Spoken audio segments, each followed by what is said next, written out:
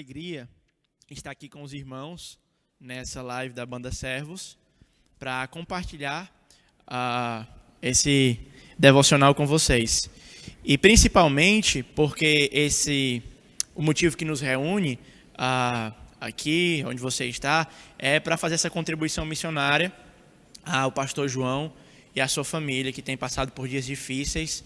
E eu queria encorajar, antes de ler o texto, fazer uma breve reflexão, a oração. Queria encorajar você a clamar por esses irmãos para que Deus derrame a graça poderosa e renovadora sobre a vida deles. Nós tivemos um contato com o pastor João através da Missão Eclésia. Nós tínhamos uma viagem programada para lá em julho passado, com alguns irmãos da Missão Eclésia. Infelizmente, o Senhor não nos permitiu ir, mas nós temos buscado encorajar e orar pelo pastor, e é uma alegria muito grande aos irmãos que me convidaram. Eu queria falar com vocês exatamente sobre missões. Meus irmãos, missões é algo que nós não podemos negligenciar. Eu queria iniciar essa reflexão lembrando de um fato que certa vez eu li, de um ex-participante de guerra, de um ex-soldado. Ele tinha a responsabilidade de selecionar as pessoas que iriam servir no campo de batalha, que iriam dar a sua vida para a segurança do país. Aquele irmão, ele tinha alguns princípios e alguns critérios para selecionar os melhores soldados para o seu batalhão de elite. E ele dizia que os melhores soldados são aqueles que não temem mais a morte, são aqueles que não têm mais o que perder. De modo similar, no reino de Deus, de modo similar, à medida que servimos ao Senhor, nós somos soldados.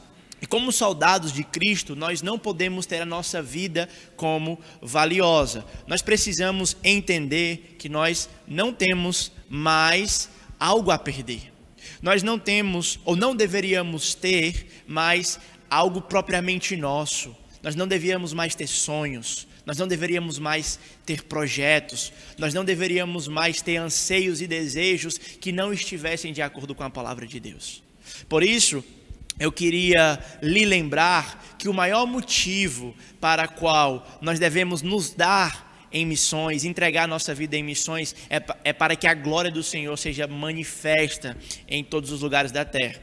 Eu tenho, pela graça, tido o privilégio de participar de algumas conferências missionárias e ver muitas pessoas encorajando a missões. No entanto, algo que eu tenho visto que algumas vezes me incomoda é o desafio ser apresentado de forma centrada no homem. Pessoas apresentam missões com base na necessidade dos povos que estão morrendo sem Cristo, mas pouco se fala do anseio de levar a glória de Deus para todos os confins da terra. Ora, meus irmãos, missões não é o fim de todas as coisas, a glória de Deus é que o é, como diz o pastor John Piper no seu livro. Eu queria então ler essa passagem que você pode encontrar em Filipenses, no capítulo 1, versículo 20, quando Paulo diz o seguinte: segundo a minha ardente expectativa e esperança, de que em nada serei envergonhado.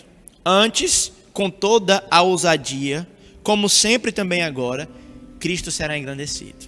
Quer pela vida, quer pela morte, porquanto para mim o viver é Cristo e o morrer é lucro. Meus irmãos, vocês lembram?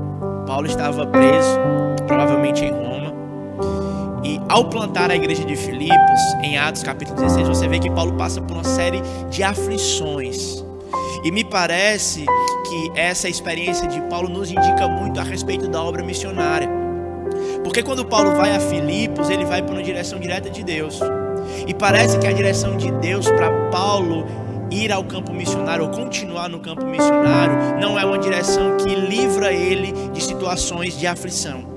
Parece que é o próprio Senhor que coloca Paulo para passar por tudo aquilo que ele passou. Você vai lembrar comigo que em Atos capítulo 16, o apóstolo Paulo é perseguido pela jovem endemoniada, ao ponto de ele ficar indignado. E ele expulsa o demônio daquela mulher, os homens levam ele à praça, então ele é humilhado, ele é escorraçado, ele é apedrejado e ele é levado preso. No entanto, Paulo não cogita a possibilidade de desistir a obra de anunciar o Evangelho por conta da sua integridade física. Antes, quando ele chega na prisão, ele louva, ele agradece, porque esse homem não está sendo dirigido por princípios humanos, ele está sendo guiado pelo Espírito de Deus. E é o Espírito de Deus quem faz com que Paulo seja alguém constante. O Espírito de Deus é quem guia Paulo pela vida missionária. E a vida missionária em Paulo é uma vida que é claro o caminho estreito. É uma vida cujo destino é a morte. E o texto que nós acabamos de ler é isso que Paulo fala. Eu estou preso. Talvez haja uma possibilidade de que eles me matem. Talvez há uma possibilidade de que eu perca a minha vida. Ou há também a possibilidade de que eu seja livre e continue a fazer o que eu estava fazendo. Independente da situação, Cristo será engrandecido. Meus irmãos, eu quero me dirigir a você que está olhando para si mesmo nesses dias de pandemia. E talvez a morte bateu na porta da sua casa, talvez dos seus familiares.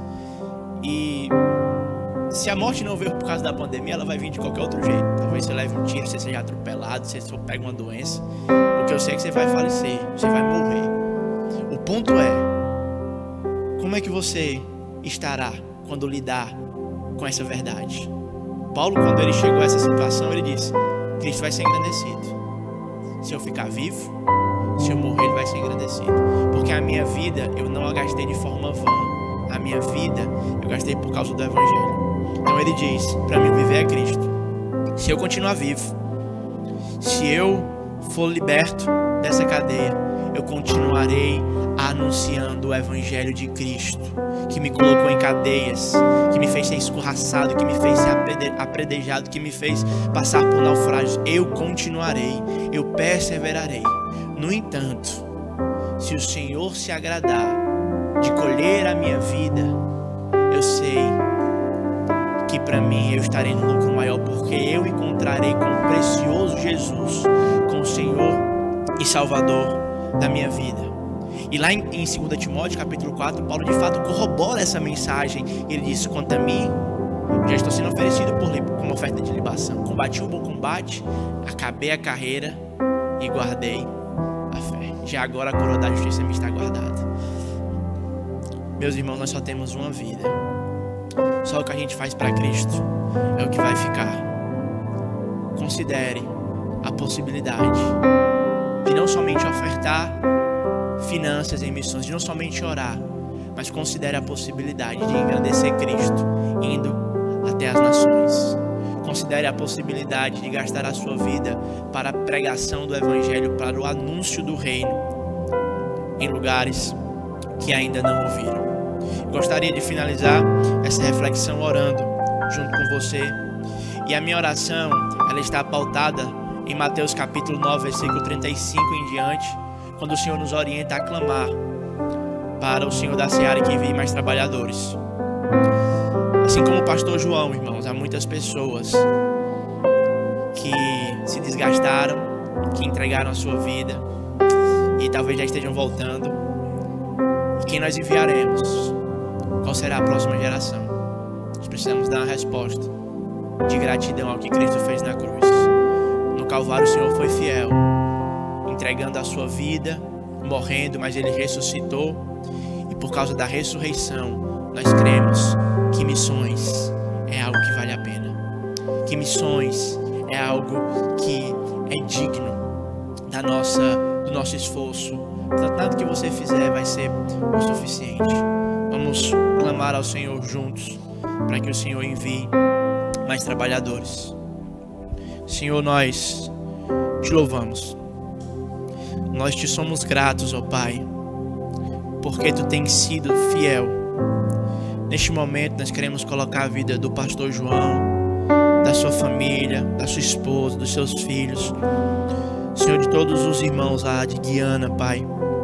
Que eles sejam visitados pelo Senhor, que o Senhor os encoraje, que o Senhor lhes dê ousadia para pregar o Evangelho, que o Senhor lhes revele graça nesse momento de dificuldade, e que, Senhor Deus, eles vejam a tua poderosa mão, Pai. Eu também quero orar, Senhor, para que o Senhor levante mais obreiros, Senhor Deus, nós clamamos, ó Pai, que o Senhor levante mais obreiros e esses obreiros só achem em nós também. Que o Senhor nos envie para os campos, que o Senhor nos envie para plantar igrejas, para anunciar o Evangelho do Senhor, não aos lugares fáceis, Deus, mas até mesmo aos mais distantes. Que o Senhor nos ajude com graça, que o Senhor nos direcione para a glória do Teu próprio nome. Que Deus possa ouvir a nossa prece através da pessoa do Teu Filho. Que o Teu Espírito, Senhor Deus, seja o promotor de missões em nosso meio. E que a Tua obra, Pai, avance. Que o Teu nome, a Tua fama se espalhe. Porque o Senhor é digno.